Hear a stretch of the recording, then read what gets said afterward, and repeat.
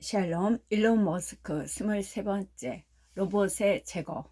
네바다 배터리 공장의 생산량을 늘리기 위해 노력하는 과정에서 머스크는 인간이 로봇보다 더 잘할 수 있는 작업, 때로는 매우 단순한 작업이 있다는 사실을 알게 되었다. 인간은 눈으로 방을 둘러보고 필요한 도구를 찾을 수 있다. 그런 다음 나름의 방법으로 엄지손가락과 다른 손가락을 이용해 도구를 집어들고 그것을 사용할 위치를 눈으로 확인한 다음 팔을 이용해 도구를 그 위치로 가져간다. 참으로 쉽지 않은가? 하지만 로봇은 아무리 좋은 카메라가 있어도 그렇게 쉽게 움직일 수 없다. 조립 라인당 1200대 로봇 장치를 갖춘 프리몬토 공장에서 머스크는 네바다에서와 마찬가지로 지나치게 자동화에 치중하는 경우의 위험성을 절감했다. 최종 조립 라인의 맨 끝에는 차 창문 주변의 작은 밀폐 부분을 조정하는 로봇팔이 있었다. 그곳의 작업은 힘들고 더디게 진행되었다. 어느 날 머스크는 몇 분 동안 그 로봇 앞에 조용히 서 있다가 직접 손으로 그 작업을 시도했다. 인간에게는 쉬운 일이었다. 그는 네바다에서 했던 것과 비슷한 명령을 내렸다. 72시간 안에 불필요한 기계를 모두 제거하시오. 프리모트의 로봇 제거 작업은 불평 가득한 반발 속에서 시작되었다.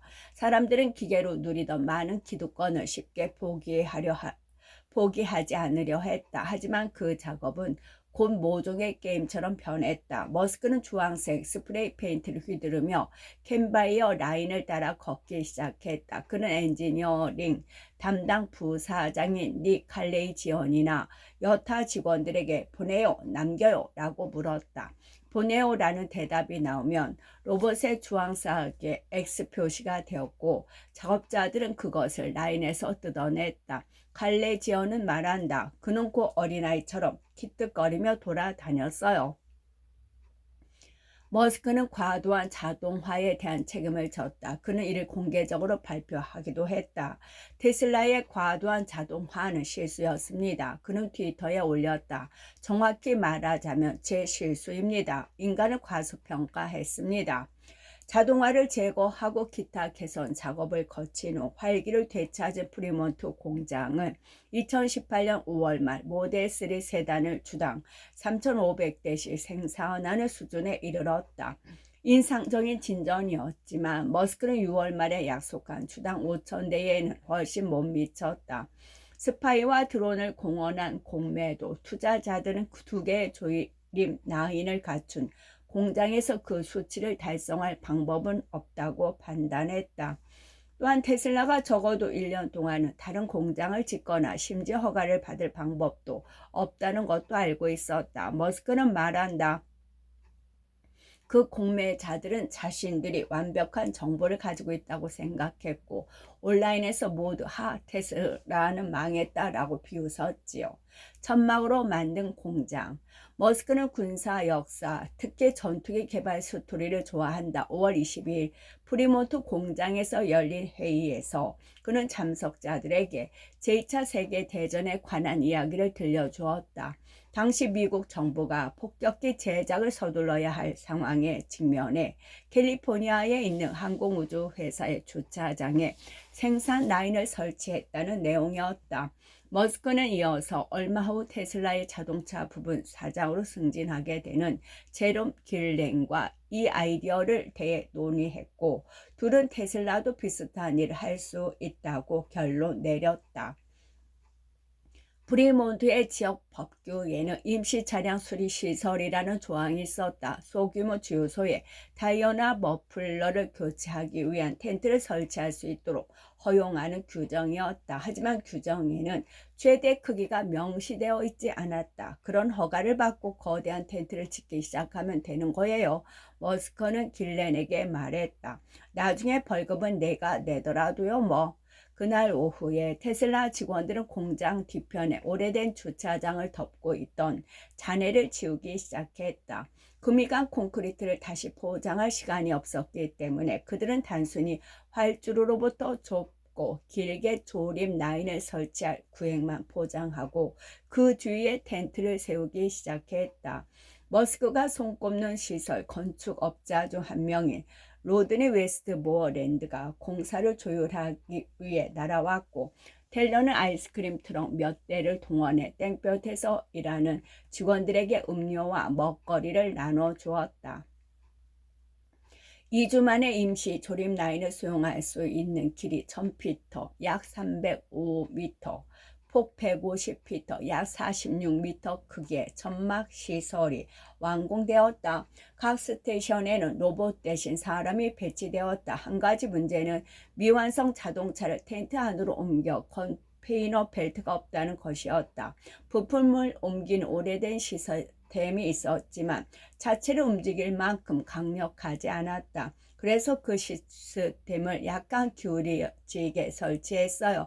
중력 덕분에 자동차를 적절한 속도로 움직일 수 있는 충분한 힘을 갖게 되었지요. 머스크의 말이다.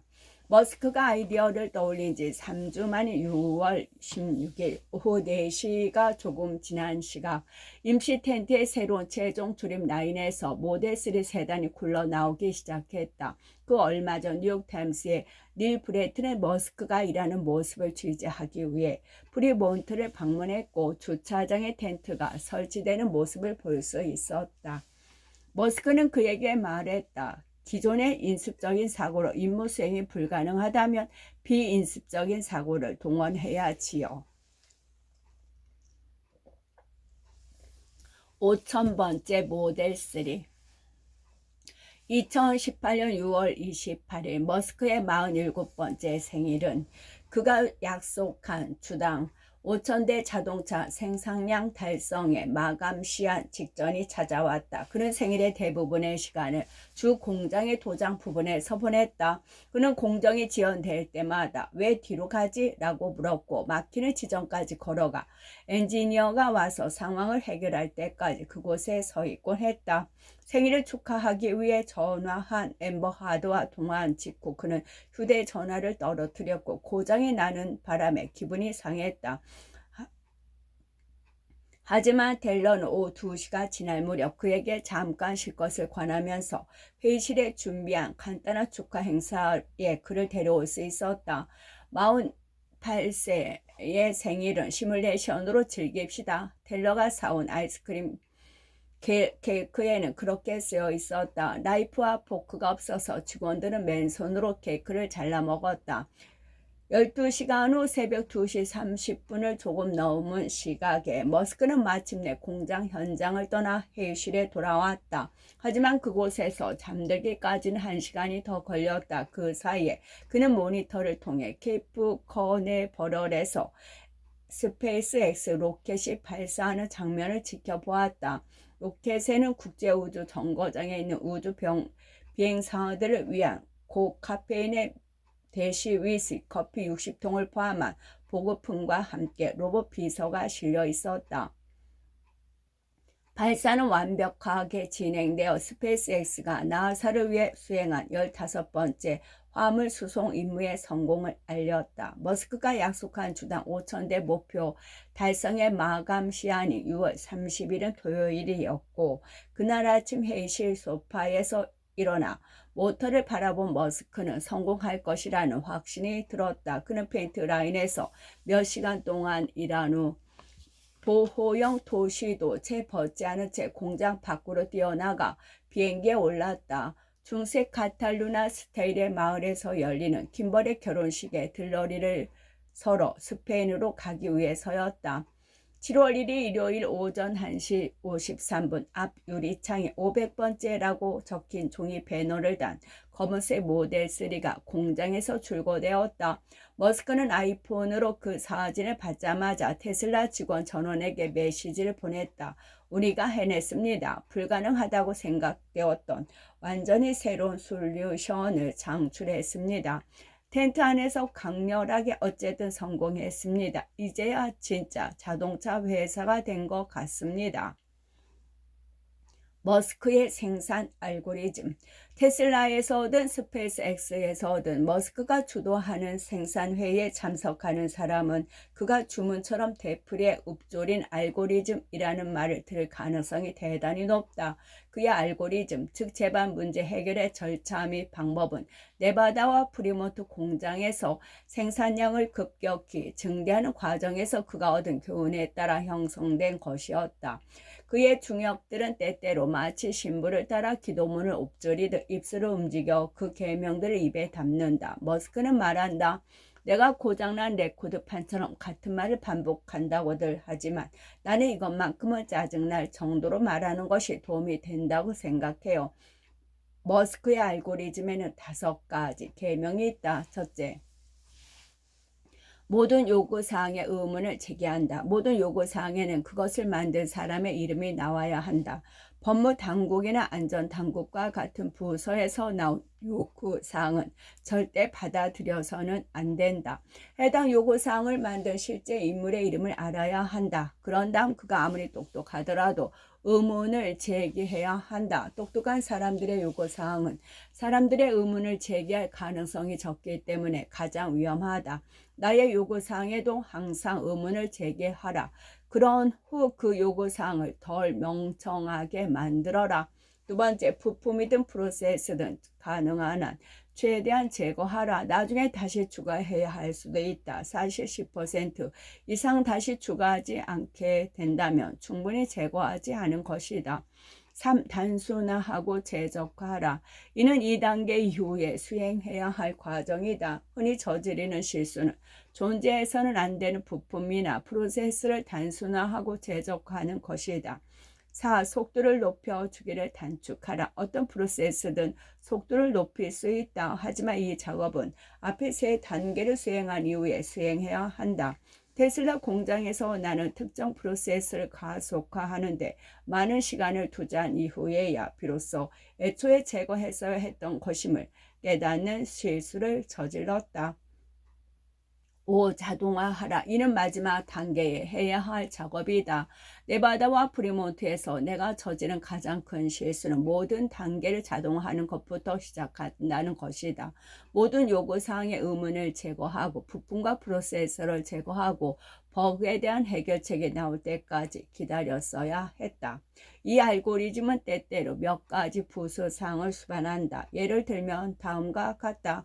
모든 기술 관리자는 실무 경험을 갖춰야 한다. 예컨대 소프트웨어팀 관리자는 업무 시간의 20% 이상을 코딩에 할애해야 하고 태양광 지붕 관리자는 일반 시간 이상 지붕에 올라가 설치 작업을 해봐야 한다. 그렇지 않으면 말을 타지 못하는 기병대장이나 칼을 쓸지 모르는 장군과 같아진다. 동지에는 위험하다. 서로가 서로의 일에 이 일을 제거하기 어렵게 만든다. 동료를 내다 버리고 싶지 않은 성향도 형성된다. 이는 경계하고 피해야 될 사항이다. 틀려도 괜찮다. 다만 잘못된 것을 옳다고 우겨서는 안 된다. 자신이 하고 싶지 않은 일을 팀원에게 부탁하지 마라. 해결해야 할 문제가 있을 때마다 경영진을 만나려 하지 마라. 경영진 바로 아래 직급의 간부 또는 당신의 두 직급 위 관리자부터 만나서 해결책을 강구하라.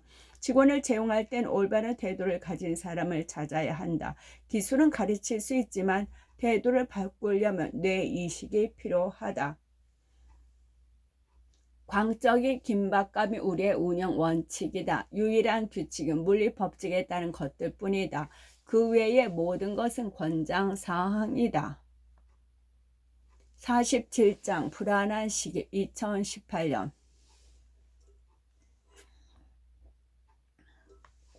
소아 성애자 논란 2018년 7월 킴버는 신혼여행을 즐기던 중 일본의 오랜 친구이자 이사회 멤버인 안토니오 그라시아스로부터 한 통의 이메일을 받았다.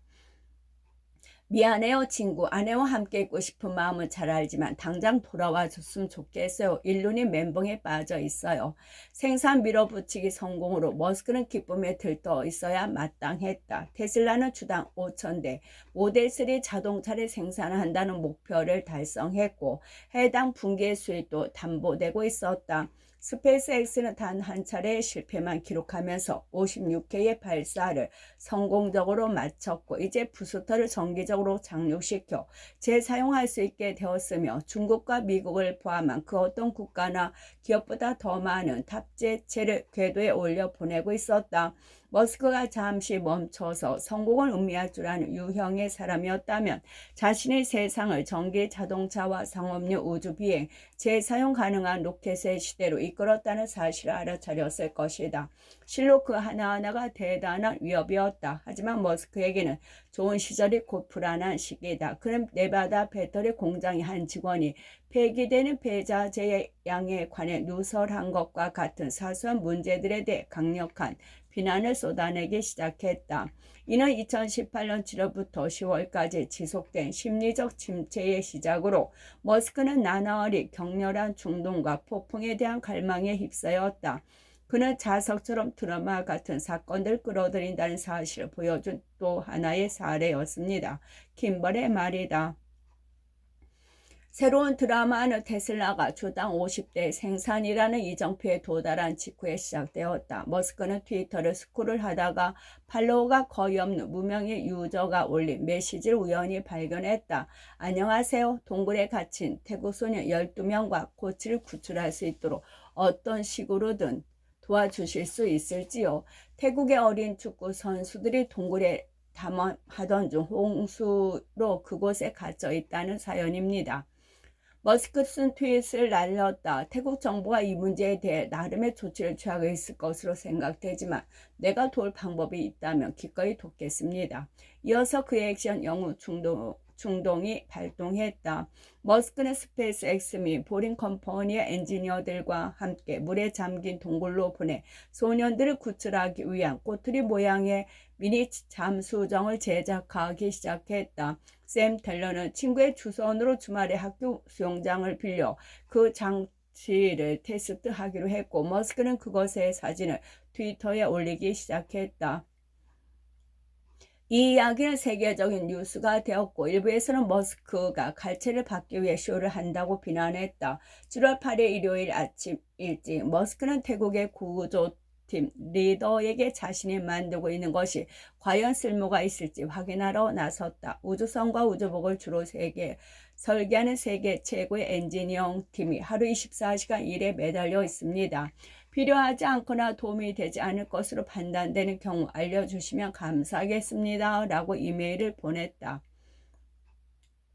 태국의 구조팀은 분명히 계속할 가치가 있습니다. 라고 답장했다. 그날 오후 머스크와 7명의 엔지니어들은 미니 잠수정 한 무더기의 장비를 제트기에 싣고 태국으로 향했다. 오후 11시 30분 태국 북부에 도착한 머스크 일행은 태국 총리의 영접을 받았고 스페이스X 모자를 착용한 총리는 그들을 숲속의 동굴로 안내했다.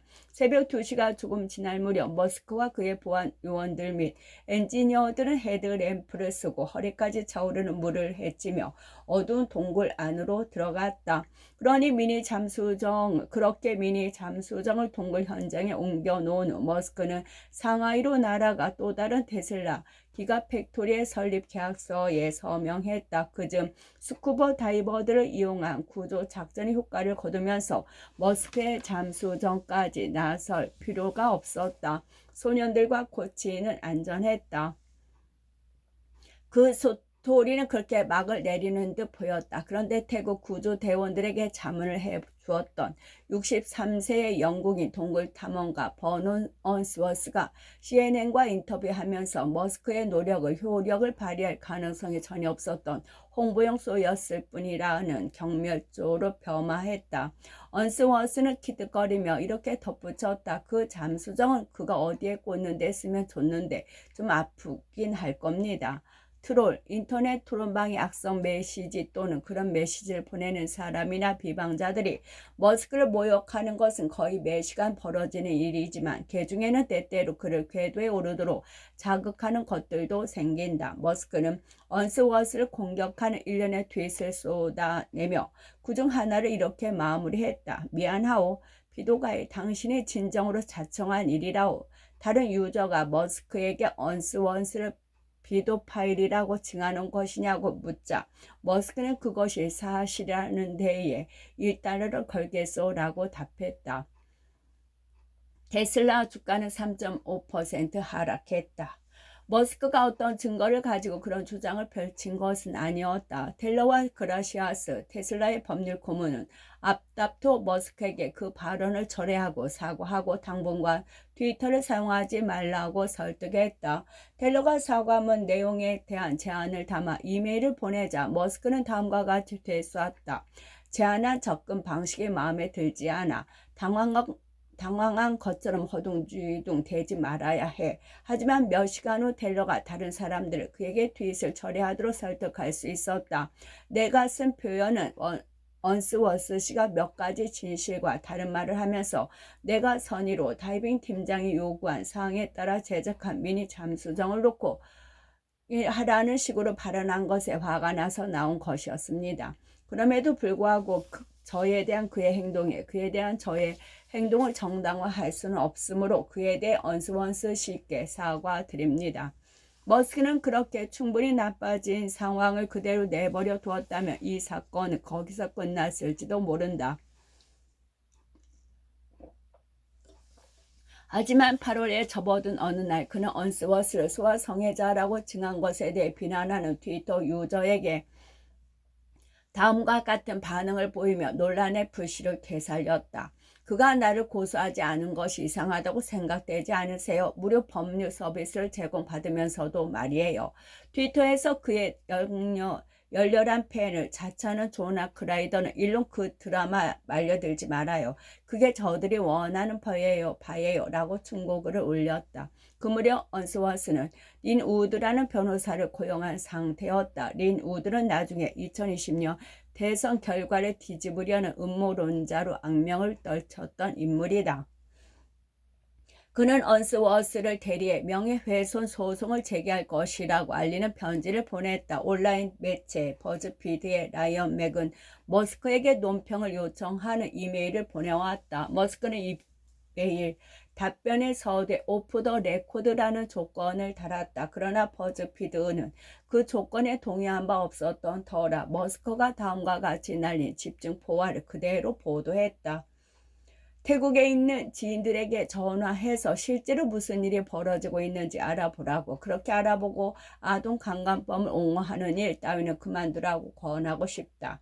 머스크가 이메일에 쓴 것으로 보도된 내용이다. 그는 영국 출신의 늑다리 독신 백인 남성으로 지난 30-40여 동안 태국을 여행하거나 거기서 살면서 지냈대. 주로 파타야 해변에서 놀다가 당시 12세 정도였던 어린 신부를 맞이하기 위해 치앙라이로 이주해 살림을 차린 인간이지. 사람들이 파타야 해변을 왜 찾는지 알아? 이유는 단 한 가지야. 동굴을 보러 가는 것이 아니라 다른 무언가를 위해 가는 것이라고. 치앙라이는 아동 성매매로 유명한 곳이고 언스워스가 어린 아내와 살았다는 내용은 사실이 아니었으며 머스크는 이런 혐의의 제기를 피도가이라는 표현이 단순한 모욕이었다는 자신의 주장을 뒷받침하는 데 도움이 되지 않았다. 버즈피드에 보낸 이메일 내용까지 포함한 명예훼손 소송의 재판은 2019년 로스앤젤레스 연방지방법원에서 진행되었다. 증언대에 선 머스크는 그 동굴 탐험가를 소아 성애자로 생각하지 않는다고 말하며 사과했다. 배심원단은 머스크에게 법적 책임이 없다고 평결했다. 테슬라의 주요 투자자들은 우려를 표명했다. 그가 이성을 잃은 것 같습니다. 투자회사 로프 라이스의 조파스의 말이다. 그는 트윗이 올라온 후 머스크에게 전화를 걸었다. 이런 일은 당장 멈춰야 해요. 파스는 이렇게 말하며 그의 행동 방식을 그즘 통제불능 상태에 빠져들던 여배우 린제 로한의 행동과 비교했다. 당신은 브랜드에 큰 피해를 주고 있어요. 두 사람의 대화는 45분 동안 이어졌고 머스크는 그의 말에 귀를 기울이는 것 같았다. 하지만 그의 파괴적인 행동 방식은 멈춰지지 않았다. 김벌은 머스크의 혼란이 부분적으로 앰버 허드와의 결별로 거의 1년 가까이 지속되던 극심한 괴로움으로 인해 촉발된 것이라고 믿었다. 2018년 형이 보인 혼란스러운 형태는 단지 테슬라와의 관련된 문제가 아니었다고 생각합니다. 김벌의 말이다. 엠버와 관련해 끔찍한 슬픔에 빠져 있었던 것도 원인으로 작용했습니다. 머스크의 증거들은 그 얼마 전부터 그처럼 자제력을 잃고 위기에 빠져드는 경우를 오픈 루프화라고 부르기 시작했다. 오픈 루프는 예컨대 유독 미사일에 대척되는 개념으로 총알과 같이 지침이 되는 피드백 메커니즘을 갖지 못하는 물체를 가리키는 용어다. 친구들이 오픈 루프가 될 때마다, 다시 말해서 피드백으로 보완하는 기능이 상실하고 결과에 신경 쓰지 않는 것처럼 보일 때 서로 알려줘야 한다는 의미에서 그 말을 쓰기 시작한 겁니다. 김벌의 말이다. 따라서 김벌은 소화성의 뒤에 사태가 확대되자 일론에게 오케이, 오픈 루프 경고야 라고 말했다. 김벌은 4년 후 머스크가 트위터를 인수할 때 이 말을 또 쓰게 된다. 비공개 기업 전환 논란. 7월 말 머스크는 프리모트 공장의 주피터 회의실에서 사우디아라비아의 정부 투자 펀드 대표단과 만났는데, 그들은 그동안 조용히 테슬라 주식을 5% 가까이 모았다고 그에게 말했다. 이전 회의에서와 마찬가지로 머스크와 펀드의 리더 야샤르 알루미아나는 테슬라를 비공개로 전환하는 방안 및 타당성을 등을 놓고 논의했다. 머스크는 얼마 전부터 테슬라를 비공개 기업으로 전환하는 아이디어에 큰 흥미를 느끼고 있었다. 그는 투기꾼과 공매도 세력에 의해 회사 가치가 결정되는 것이 몹시 싫었고, 증권거래소에서 거래되는 데 따르는 갖가지 규제도 마음에 들지 않았다. 알루미아는 더 들어보고 싶습니다 라며 회사를 비공개로 전환하는 합리적인 계획이 나오면 지지하겠다고 말했다. 해당 사안을 머스크의 손에 맡긴다는 뜻이었다. 이틀 후 테슬라 주가는 호실적을 발표하면서 16%나 급등했다. 주당 5,000대 생산 목표를 달성한 것도 실적에 포함되었다. 머스크는 주가가 계속 오르면 회사가 너무 비싸져서 비공개로 전환하는 것이 불가능해질지 모른다는 걱정이 들었다. 그래서 그날 밤 그는 이사회에 메모를 보냈다. 가능한 한 빨리 회사를 비공개로 전환하고 싶으면 주당 $420 가격을 제한한다는 내용이었다. 그가 뽑아본 애초의 계산에서는 $419라는 가격이 나왔지만 420이라는 숫자를 마리화나를 피운다의 의미에 속어라고 마음에 들었다. 419로 가는 것보다 420으로 가는 것이 더 나은 카르마가 될 것 같았어요. 그는 말한다. 하지만 분명히 말씀드리지만 나는 마리화나를 피우는 사람이 아니에요. 마리화나는 생산성에 도움이 되지 않거든요. 마리화나에 취한다는 표현을 쓰는 것, 다 나름의 이유가 있는 거죠. 그는 나중에 증권거래위원회에서 마리화나에 관련된 농담으로 주당 가격을 결정한 것이 현명한 처사가 아니었음을 인정했다. 이사회는 머스크의 제안을 고려하는 동안 그 어떤 내용도 공개적으로 발표하지 않았다. 하지만 8월 7일 아침 로스앤젤레스에 있는 개인 비행기 터미널에 향하던 중 그는 운명적인 트윗을 날렸다. 테슬라를 주당 $420에 비공개로 전환하는 것을 고려 중 자금은 확보됨. 증권거래소가 거래를 일시적으로 중단하기 전까지 주가가 7%나 급등했다. 상장 기업이 지켜야 할 규칙 중에는 경영진이 시장 변동성을 유발할 수 있는 발표를 하는 경우 그 10분 전까지 증권거래소에 경고해야 한다는 조항이 있다. 머스크는 규칙에 주의를 기울이지 않았다. 증권거래위원회는 즉시 조사에 착수했다. 테슬라의 이사회와 최고 경영진은 당황하지 않을 수 없었다. 회사의 투자자 관련 책임자는 머스크의 트윗을 보고 텔러에게 문자를 보내 합법적인 발표인가요? 라고 물었다. 글라시아스는 머스크에게 전화를 걸어 공식적으로 이사회의 우려를 표명하고 이 문제가 논의될 때까지 트윗을 중단해 달라고 요청했다. 머스크는 자신의 트윗이 불러일으킬 소동에도 별다른 동의를 보이지 않았다. 그는 네바다 기가팩토리로 날아가 관리자들에게 420마리화나에 대한 언급이라고 농담한 후 하루 종일 배터리 조립 라인에서 일했다. 그리고 저녁에는 프리몬트 공장으로 날아가 밤늦게까지 회의를 진행했다. 그 무렵 사우디아라비아의 관계자들은 테슬라를 비공개로 전환하는 것에 대한 논의가 지금 확보라는 트윗으로 부풀어진 것에 대해 불편한 심기를 드러내고 있었다. 펀드 책임자인 알루미아는 블룸버그 뉴스와의 인터뷰에서 머스크와 협의 중에 있는 사안이라고 말했다. 이 기사를 본 머스크는 알루미안에게 문자를 보냈다. 그것은 우리가 나눈 대화를 반영하지 않은 국도로 빈약한 진술입니다. 당신은 테슬라를 비공개로 전환하는데 확실히 관심이 있으며 2016년부터 그렇게 하고 싶었다고 말했습니다. 당신은 나를 무시하고 있는 겁니다. 나는 알루미안이 보다 강력한 내용의 공개 성명을 발표하지 않는다면 결코 다시는 대화하지 않겠습니다. 결탄코라고 덧붙였다. 알루마이야는 손바닥도 마주쳐야 소리가 난다고 하지 않습니까? 라고 대답했다. 우리는 아직 아무것도 받아본 게 없습니다. 충분한 정보가 없는 상태에서 그것을 승인할 수는 없습니다. 머스크는 사우디아라비아 측과의 논의를 중단하겠다고 위협했다. 미안하지만 우리는 함께 일할 수 없겠군요.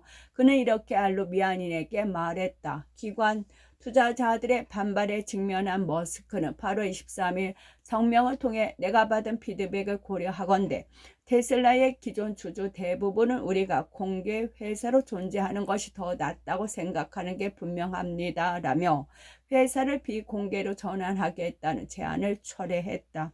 후 폭풍이 거세게 밀려왔다. CNBC의 짐 크레 임원은 방송을 통해 이것은 리스크 감수를 선호하는 극단적인 조울성 행동 방식의 전형입니다. 라고 말했다. 저는 지금 많은 정신과 의사들이 최고 수준의 리스크 감수 성향으로 추정하면서 조사하고 있는 행동 방식에 대해 말씀드리는 겁니다. 기업의 CEO가 이래서는 안 된다는 얘기입니다. 칼럼 리스트 제임스 스튜디오는 뉴욕타임스에서 이렇게 썼다. 비공개 기업으로 전환한다는 트윗은 매우 충동적이고 잠재적으로 부정확하며 표현이 적절치 못한 데다가 깊이 숙고되지도 않았기에 자신과 테슬라 그리고 주주들에게 끔찍한 결과를 안겨줄 수도 있었다. 따라서 테슬라 이사회는 이제 민감하지만 중요한 질문을 던져야 한다. 그 트윗을 날릴 당시 머스크의 정신 상태는 어떠하였는가? 투자자들을 호도했다는 이유로 제기될 수 있는 연방소송을 피하기 위해 머스크의 변호사들은 증권거래위원회에 혐의 해소 합의안을 도출했다. 머스크가 테슬라의 CEO직을 유지하되 이사회 의장직에서는 물러나고 4천만 달러의 벌금을 납부하며 이사회에 2명의 사회이사를 두는 내용이었다.